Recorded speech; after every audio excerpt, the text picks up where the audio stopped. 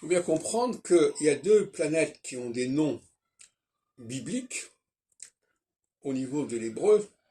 C'est Mars, qui s'appelle Maadim en, en hébreu, dans le Sefer Yetzira notamment, et Tzedek, qui correspond à Jupiter.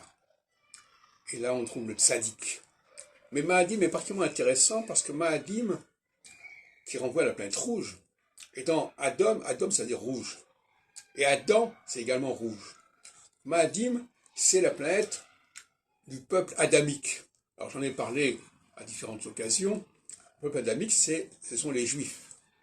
Et les peuples israélites, ce sont les non-juifs, d'une certaine manière. En tout cas, c'est une population qui n'est pas la même catégorie. Et donc, c'est important qu'il y ait d'un côté Saturne, qui d'ailleurs se dit Shabtai, et Shabtai, ça renvoie au Shabbat, entre parenthèses. Saturne, qui est la planète motrice, en quelque sorte, qui est le vecteur, qui est le curseur. Et puis, il faut qu'il y ait des récepteurs. Il faut qu'il y ait des canaux, des channels. Et ces canaux, ben, ce sont les juifs du tzaddik. Le tzaddik, c'est le personnage dont on avait besoin à Sodome pour sauver la ville. Il fallait qu'il y ait suffisamment de tzaddikim, de juste, parce que le mot juste renvoie, le mot juste, ça revient de justice, et tzedek, ça veut dire la justice.